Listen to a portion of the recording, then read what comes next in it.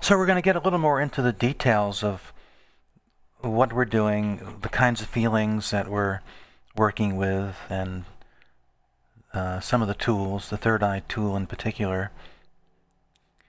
Now this heading is Alpha Non-Directive Processing. Non-directive, and actually there are a couple directive tools in here, but non-directive generally means that you're kind of laying back and just letting the session unfold as it's being guided by your continuing validation and the alpha experience. Entry points. Now these are entry points is my way of just referring to the three types of processing modes that you seem to fall into spontaneously. Subconscious suppressed emotional material may spontaneously show up first in one of several forms as the client and you maintain alpha in the moment without trying to deliberately bring up any incident or feelings. So just going into alpha, like we've seen, is enough to stimulate stuff into consciousness. Beginning at any point, meaning any of these entry points or modes, is likely to lead to others. So as you're doing this, you're sitting in alpha. Linking is something that tends to occur, and you want to allow linking to uncover subconscious memory and feelings. Linking is where one feeling, after it has been adequately processed, leads spontaneously to another, usually a deeper feeling. Linking can be a sign that the process is moving along successfully, but sometimes clients will not be experiencing genuine linking. They may just be jumping around, not really going to any significant depth in their experiencing.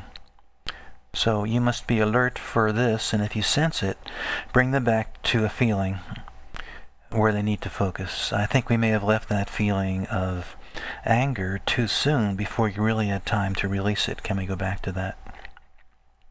But a good example of linking is if you're working with anger and you're sitting with the anger, and that's really what the client is primarily aware of, and then they go to the core feeling behind that, which might be rejection, let's say.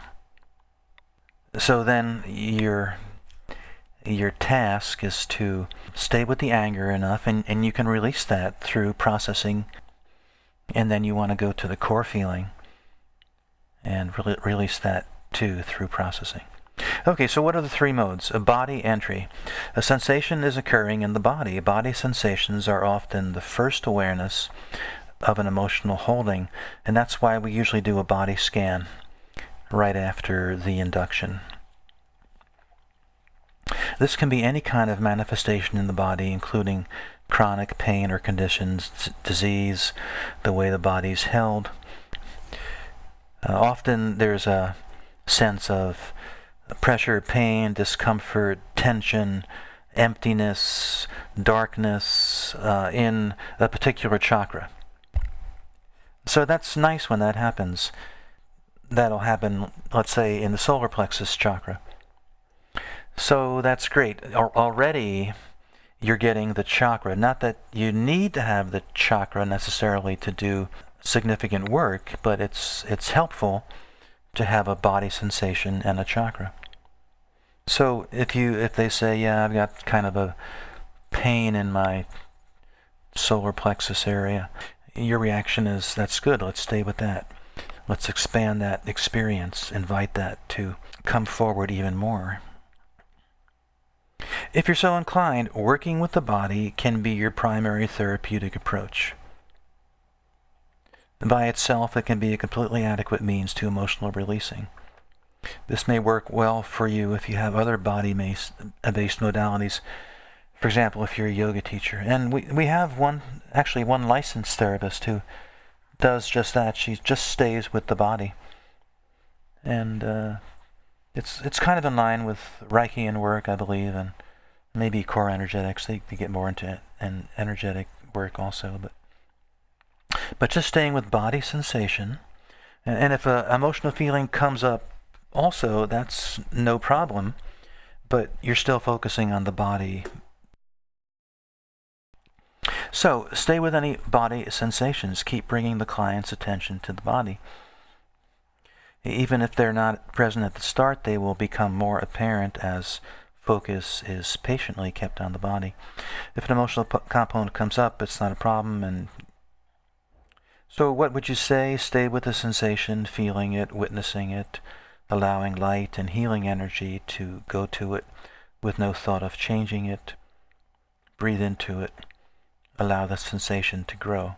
Now, of course, this is just this particular prompt is just a suggestion. As long as you're bringing their attention and staying with the experience, that's what you need to do. Remembering to keep breathing in an unrestricted way may be even more critical with the body mode. It's always, you have to monitor the breath all the time. And like when I'm doing Skype sessions, I'm always saying, keep breathing. I mean, I know they're breathing because they're talking to me, but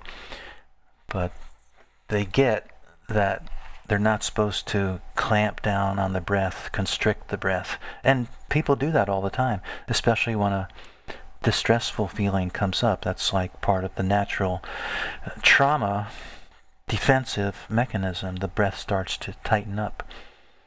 So you always want to, if you're in person, you're always watching the body, watching for the breath, and urging them to breathe smoothly. Now, it doesn't have to be a deep breath or a quick breath necessarily, because you can do smooth, easy, moderate-sized breaths, and they can be completely effective. As the client stays with the sensation, it may shift or move around the body. Now, that can mean a couple things, but usually at this point, we just say, we assume that it's a congestion that's moving around the body. It's an energetic congestion point, and it's moving around the body. So generally, we regard moving as being good. The client may feel any kind of sensory effect, such as tingling, energy currents, pain, contraction, hollowness. Usually, or many times, someone will ask, I've got this feeling in my right side. It's like pressure and warm and tingling. What's that? So, unless you're psychic, you probably don't know what that is, and usually I don't, but I usually just say, it looks like there's just some energy being stimulated. And as energy moves around the body from the breath, it starts to encounter blockage, and that's when it starts to come into consciousness. So all effects are attributed to energy moving in the body, or energy trying to move and encountering a block. It's all part of the process, so you can relax into it. If you're working with body feelings, let's say you've had a body feeling for 10 minutes now, and you're not doing the kind of work where you want to stay strictly with body feelings. You probably do want to ask, is there an emotional component to that body sensation? Because we would like to work with specific emotional feelings as well as body feelings. They're all feelings, right? But body feeling, emotional feeling. And then there's energetic feelings, which might be the original body sensation too. When reflecting a body sensation, you can use the exact phrasing the client uses to describe it. The client says, there's a twinkling feeling in my heart. So, you've got a twinkling feeling in your heart. Can you make a place for that twinkling feeling? Allow the twinkling feeling to deepen.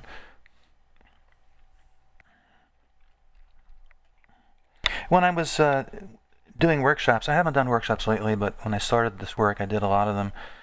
And as part of the induction Friday night, I would go around and put my hands around every person's head in the room with my right hand and my right palm in front of their third eye and my left palm at the back of their head. And I would breathe and send energy between my hands to stimulate their third eye. That was pretty dramatic. It was part of the opening up the chakra, the third eye. You can do that if you feel like inclined. You can put your hands around the body chakras. You can work on the heart center, for example. And using your hands is, of course, what many holistic therapies are based on. They're doing energy work with the hands. So it's pretty simple, just putting your hands around the body, visualizing a flow. Usually it's from, you have a receiving hand and a sending hand, so usually the sending hand is your right hand. Your receiving hand is the hand that you pick up the telephone with. Usually that's your left hand, so you send from your right to your left through the body and visualize big energy stream with the breath. And you can do that in your imagination too. That works too. Okay, now the next one is incident. This means there's something happened, an incident or circumstance, something, it's probably the thing you spoke about during the dialogue, and as the client has come into alpha and you're asking to open the door to the subconscious, this experience comes into the client's mind. And there may be associated feelings or they may not be associated. Bring the incident before you, see yourself in that setting. Allow the experience to take place in your mind. Allow the feelings to come up.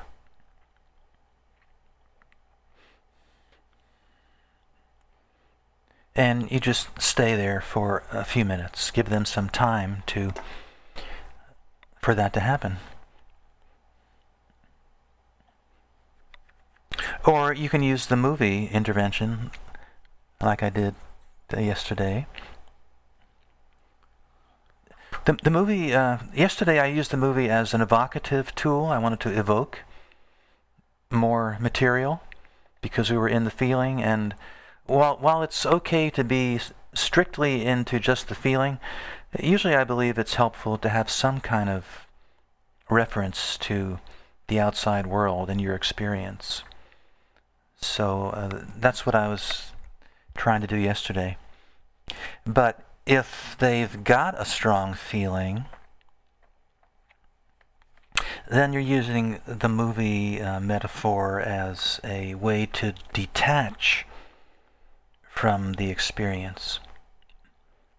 The purpose of the movie is only to bring up these feelings in you. It's part of the projection, right? After the feelings have come forward, put the movie aside, but stay with the feelings. Do not be drawn into the movie. Stay detached, impassive. Drop blame as best you can.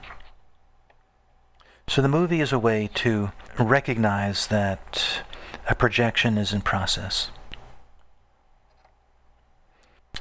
So as the incident is focused upon, we assume the emotion will build. Encourage the client to stay with whatever awareness is available. And don't forget, we're also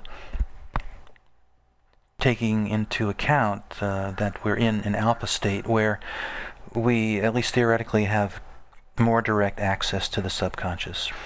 This is the whole hypnotic, where hypnosis started.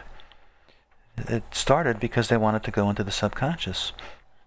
And the alpha state is really the hypnotic state. It's that relaxation. The conscious mind is quiet, so it's not interfering with subconscious. You're into greater accessibility with the subconscious. With experiences or incidents that are relationship-based, which is usually most of them, you can use the image of the other person. Bring the other person before you, let their actions trigger your feelings. Sense deeply your relationship with them. What's the nature of that relationship? That's almost a left brain question, but somehow I felt like it was fitting to put it in here. If you prefer, keep them outside your aura so you're safe and protected. So that's important where there's a sense of threat. And you might even begin, bring the other person before you, but keep them outside your aura so you are safe and protected. Now, you don't always bring the other person before you. This is an option if you think it's appropriate, if there's a strong relationship-based experience, and you feel like it's the right time to go in this direction. This is where your skill starts to come in. Then you would use this.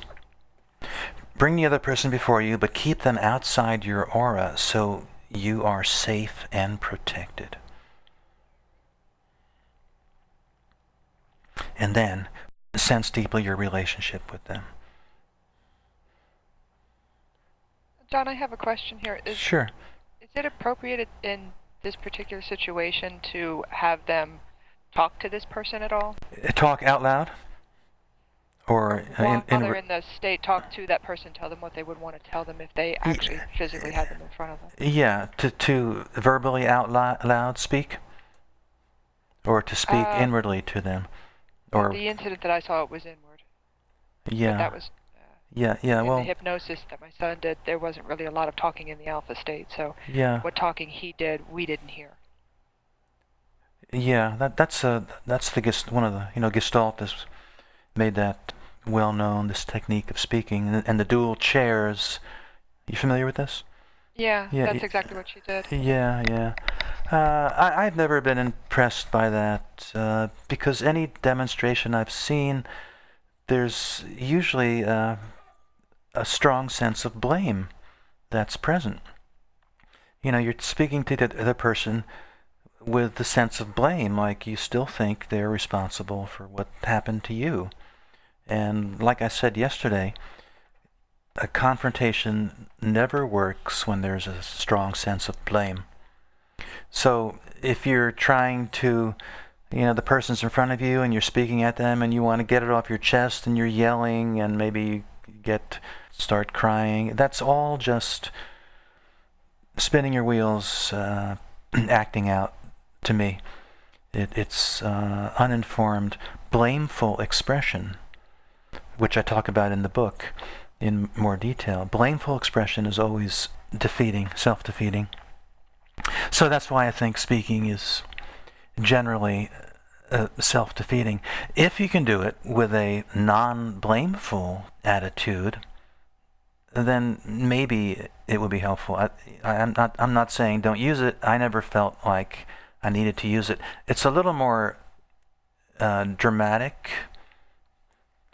and you have to have a little bit of a flair for the theatrical, I believe, to use that. Maybe that's why I've never felt really comfortable with it. But I don't use it and don't feel like it's necessary. I don't see anything wrong with using it if you want to, as long as you stick to that provision of never allowing blameful expression. Okay. All right, so that's the second type, and then the third type is a feeling. Both of the two previous entry modes will lead to strong feelings, but strong feelings may just arise with no other reference. So when strong feelings are present with or without a related incident or body sensation, processing may begin there. So you've got a feeling, that's great, that's what you're going for. Start with whatever feeling is present and stay with it. Work with one feeling at a time. Be patient. Allow it to develop. Allow it to link. And this happens often too. Like I think we've seen this in the groups that we've done yesterday. Somebody just says, "Well, I just have fear." That's good. Your response is okay. That's good. We're making contact with the subconscious. That's what we want. Let's stay with that feeling of fear and invite it to come forward even more. And my suggested prompts here, and I do say paraphrase, and choose from this. This is probably too much. You're always choosing how much you need to say, what you need to say, but focus on the feeling, witness it, send your breath to it. Find the feeling in your body. Feel it deeply, watching from the witness. And so on. Encourage the client to go deeper into the feeling, witnessing, breathing into it. Use open questions.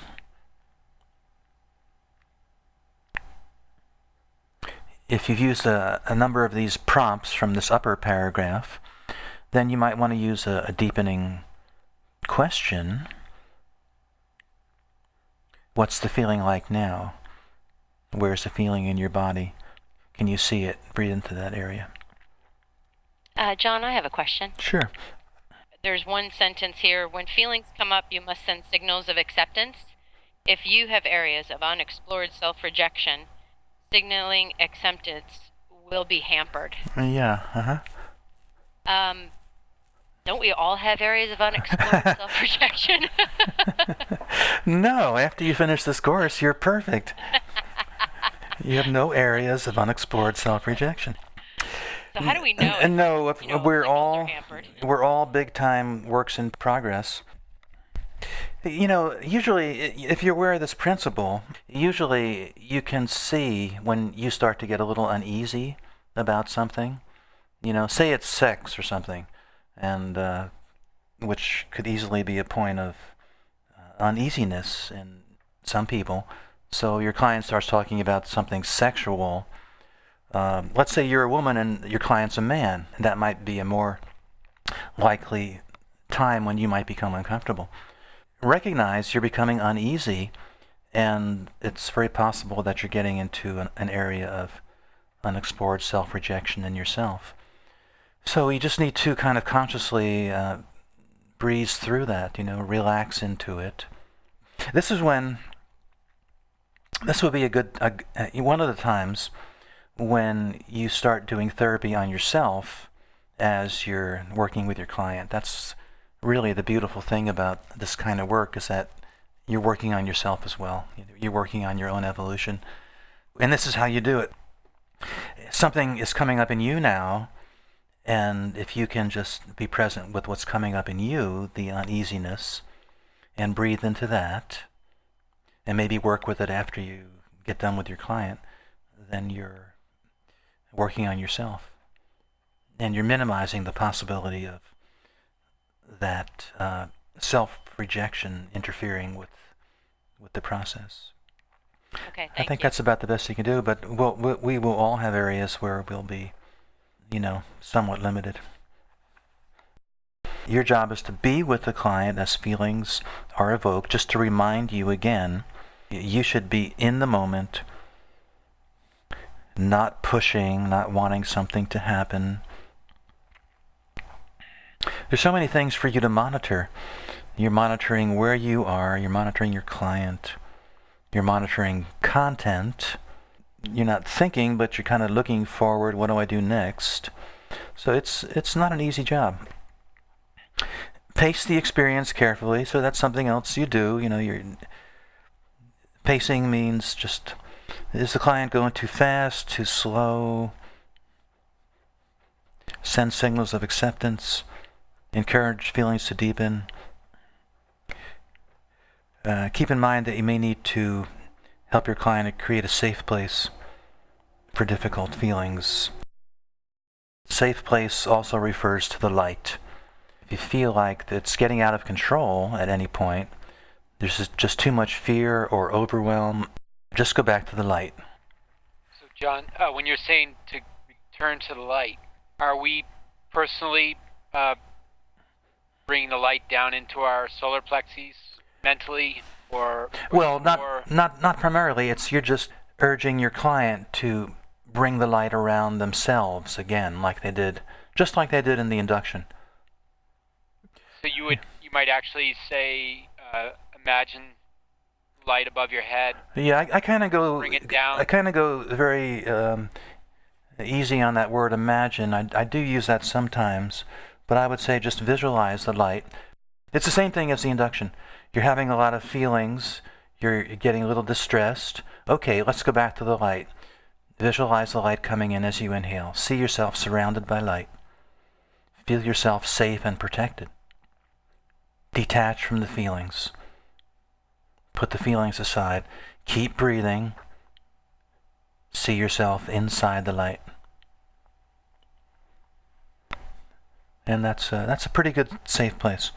But we'll elaborate on it a little more next time. Now this is something that's very important. 3 types of feelings. And maybe even more. Now here's something else you're always monitoring for. What kind of feeling is my client now experiencing? And really, this is always one of the things that's on your checklist. We're setting up this automatic computer checklist in your brain, and it's continually scanning and observing what's going on. This is one of the primary things that it's scanning and observing for, and it's going to give you little bells and lights to indicate what it's finding, and you're going to see these things as they pop up on your internal psychic computer screen. What kind of feeling are they having now? So let's think of feelings as being either first level or core feelings or reactive emotional impulse. A first level feeling are usually more active emotions, closer to consciousness, such as anger, sadness, depression. They could be described as the emotions. It's an emotional experience. But usually the emotion is because of a deeper feeling behind that. A core feeling.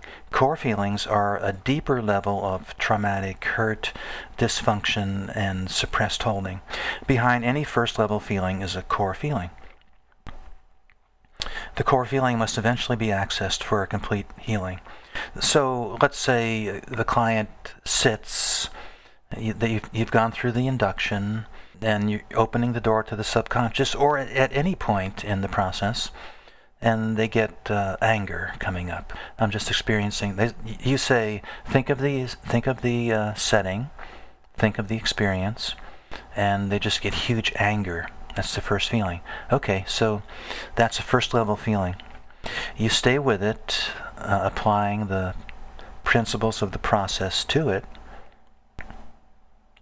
That's the way we treat active emotions like anger, rather than trying to beat a pillow or something, which I think is just another form of blameful expression. So we stay with the anger, and then we'll get to the core feeling behind it, which is something like being rejected. And then you work with the core feeling. That's where the essential work is to be done. The core... How do we help them get to the core feeling? Do we have to always wait and be patient? Sometimes you may encourage them to look more deeply, but I think it's just your being aware of where they are works on a psychic level. They're with the anger, and there's something behind that. So okay, you're saying stay with the anger, but you're expecting to find something deeper, even though you're not consciously or verbally urging them to go deeper. You're just kind of waiting and expecting. If nothing comes after 20 minutes, then maybe you'll urge them to look deeper, or maybe you'll say what you're having now is a first level feeling, and we usually expect there to be another feeling behind a first level emotion, and we usually expect there to be another feeling behind that. So that's what we'd like to find eventually. That wouldn't be inappropriate, or that would not be a case of leading. But Would you ever ask them where they're feeling it in their body in an attempt to isolate the chakra it's coming from, and again, in an attempt to figure out the core level feeling? Yeah, you could. That's asking if they're if they're having the experience in the body is one of the prompts that you're allowed to use. Yeah, and you might use that with the intention of seeing where it comes from, but that might not always be helpful. Because you can't always rely on the person's experience to exactly correspond to the chakras, and don't be thrown when you encounter that.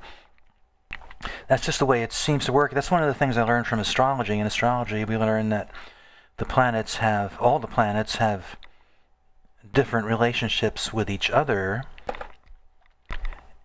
and that led me to understand, and since the planets correspond to the chakras, that led me to understand that, yeah, fear can be connected to the heart. That would be Saturn and Venus, for example. So you say, can you find that fear in your body? And they say, yeah, it's in the heart. Well, that doesn't make sense right away until you start to think that they have a heart root chakra connection. There's a lot of fear associated with love, and a lot of interference from Saturn restricting love, and so on. So yeah, you can ask where it's happening in the body, but it might be any place in the body, and stay with that. The important thing, or one of the interesting things about this, is when they're with a first level feeling, it's an active emotion, and they're being actively emotional. They may start crying. They're exhibiting signs of anger, for example, or depression is a first level condition also. Maybe they're just depressed. That's an energetic state of advanced repression, results in depression. But when they go into the core feeling, usually it's kind of interesting how almost everybody seems to do this. They get into a very quiet place. They're not overly emotional anymore. They're just being present with the traumatic hurt. Let's say it's, the heart, abandonment is coming up. So they're quiet with that, and that's what you want to look for. When they get to that quiet place and they're just being present, that's a sign that they're really moving into optimal processing. And it can be with any of the feelings. And now we're starting to touch upon the specific feelings and how they're correlated to the chakras. We're not going to take time to drill you in this, but if we had a lot of time, that's one thing I would do. But read the book and memorize this chakra table. It's not that you necessarily need to have the correlations, but that's important too. But just reading the correlations makes you aware of the different feelings: survival level, control level, sensation level. These are all a hierarchy, and we have 10 different levels corresponding to our 10 chakra system. And this really seems to work in practice, by the way. The 10 chakras I find really helpful, and everybody seems to be finding the lower chakra, the extra lower chakras, very helpful. So next week we'll get more specific about that. You have a sentence there that says the first level can be released by processing them. Mm-hmm. If we have someone who's, say, experiencing anger and we go deeper into the core feeling, but the anger itself hasn't actually been released completely beforehand, does the core feeling release that anger as well? Yeah, it might. It could, yeah. Uh-huh.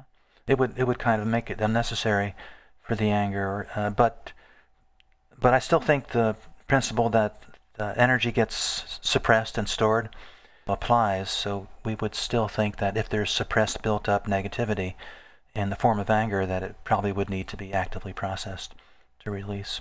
But yeah, you can do that. It doesn't mean you necessarily need to completely release anger before you go to the core feeling.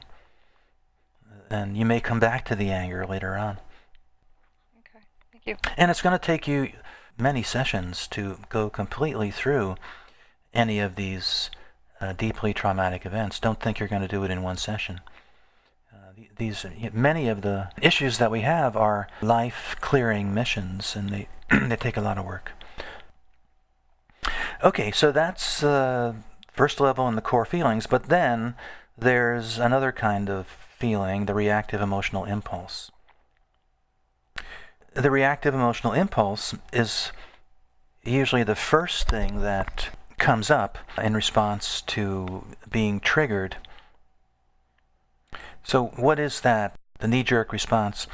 Suppose your client has been hurt in a close relationship and feels vindictive towards the other person. That's a feeling, you know, it's an impulsive feeling, but it's a feeling. So they come to you and what are you feeling? I'm feeling like I want to kill this person. So it would be a mistake to tell them to stay with that feeling. You have to be a little discriminating in what you're telling them to be present with. You have to diligently watch for and carefully separate reactive emotional impulses from valid emerging subconscious feelings and emotions, and just instruct the client to put the reactive emotional impulse aside and go to the feelings behind it, and monitor what they're doing. The reactive emotional impulse is closely aligned with acting out. We'll talk about that next week, and that's talked about in the book. You know, there's an impulse to do something. It's always usually connected with doing. Staying non-reactive includes reining in the reactive emotional impulses and not allowing them to dictate or motivate behavior. And you could say something like, I can see you've been hurt, but I'd like you to understand that your feeling of wanting to return your hurt with hurt is a reactive emotional impulse and not a feeling that needs to be processed. It would be counterproductive to allow that to dictate your behavior. Let's put that aside and look at the feelings that are behind it. However, if the reactive emotional impulse cannot be easily dropped, then maybe you could try to process that. And, you know, what do you do? But applying the principles of detaching and awareness would be the first step of the applying the principles, seeing that it is the reactive impulse. So let's try to look at what some of the typical reactive emotional impulses might be in more detail, because this is an important point for you to understand and really be on top of. Somebody comes to you and they're deep into survival struggle or panic. Let's say they're in panic when you start to work with them. That maybe might be a more helpful example. How do you treat a person in panic? Use the breath tool. The breath is always a good tool to start to get somebody centered. Just have them start doing the breath, and then get to wait until they get somewhat centered, calmed down. And then when they're able to, then you start to look at the core feelings, the first level feeling and the core feeling. So what would the first level feeling be? Well, some kind of anxiety, I guess, would be. We're just diminishing the level, the intensity level of fear. So panic would be at the top. Maybe just overriding anxiety would be a first level feeling. And then just plain fear would be the core feeling. And anxiety and fear would be behind the survival struggle, or if somebody is manifesting greed. Power center, number 2. So rebelliousness. Somebody always has to be kind of out of line, creating a commotion. What's happening there? That's an indication of a power center affliction. The core feeling would probably be a sense of being out of control,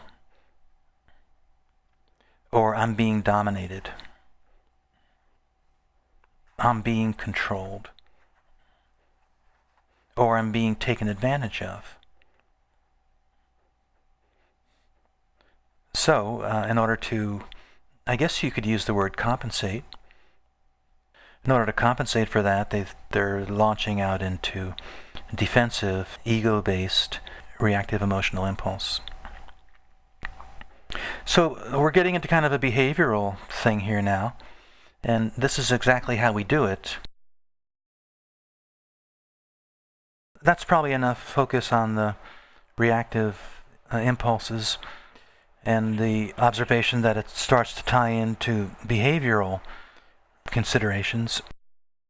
Maybe just to mention with the heart, excessive crying, if not hysteria, I tend to think of as a reactive emotional impulse. And crying certainly can be okay when it's moderate, and it can signify a authentic release. But when a client starts to get into excessive crying, I start to suspect that it might be a means to avoid the feeling. Usually I'll let them go into the crying, but then at a certain point, maybe not even in the first session, but at a certain point I might need to discuss and suggest that instead of moving into tears, just allow yourself to stay present with the feeling without the tears. And note that I'm putting shame and guilt also here as a part of the reactive emotional impulse. Shame and guilt can be reactive emotional impulse and might be just able to put it aside by, like any other behavioral impulse, or it can be processed as well.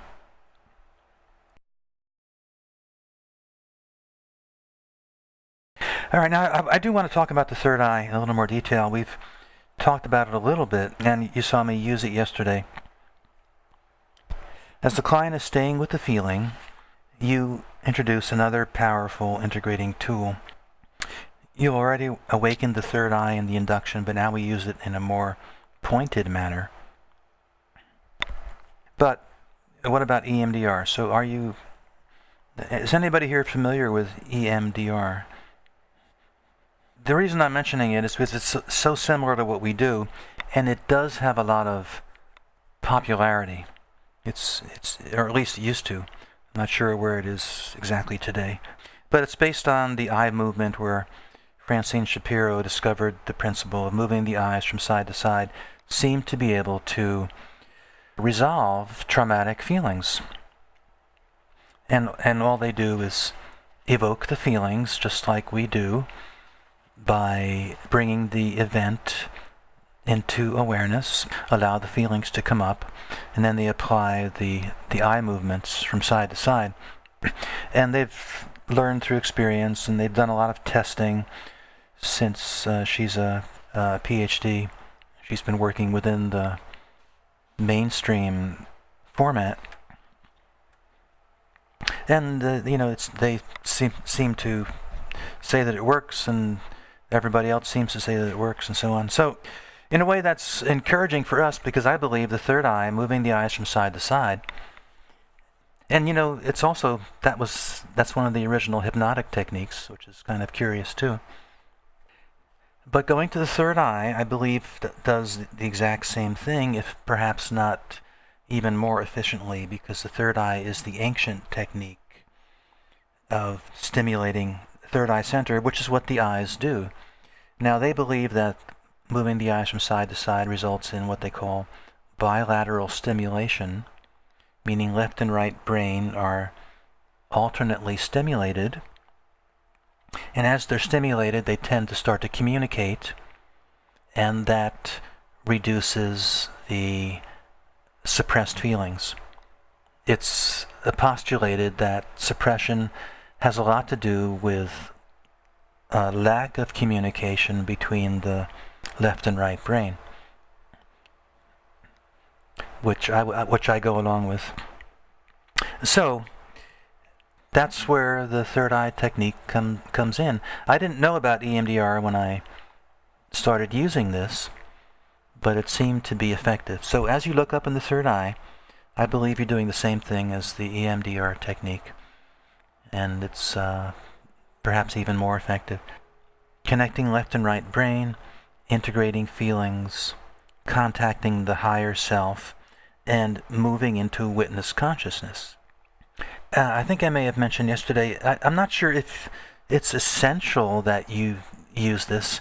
Really, we have so many tools. That's maybe one of the challenges of this work. I try to include a lot of things to give you a well-rounded background. But we're certainly not just learning one technique, and that's what emotional clearing work is. We're getting a broad background in a lot of stuff. So I think the system works if you don't use it, just by being present with the feeling, feeling the feeling, breathing into it.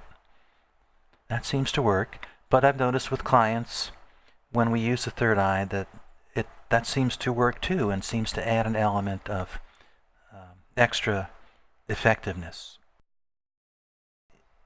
You have to use it at the right point, and the point is when you're with a deeper feeling. When you feel like the client has settled into being present with a feeling. A lot of the time in the process, they're not quite there yet. They haven't really made contact. They need to make contact, and then you can use the third eye. And often you use the third eye as part of taking the feeling through the steps of the process. That's another of your primary tools. But you can also just use the third eye without going through the steps. And that's what we'll do today, because I want to get you familiar with experiencing it and using it.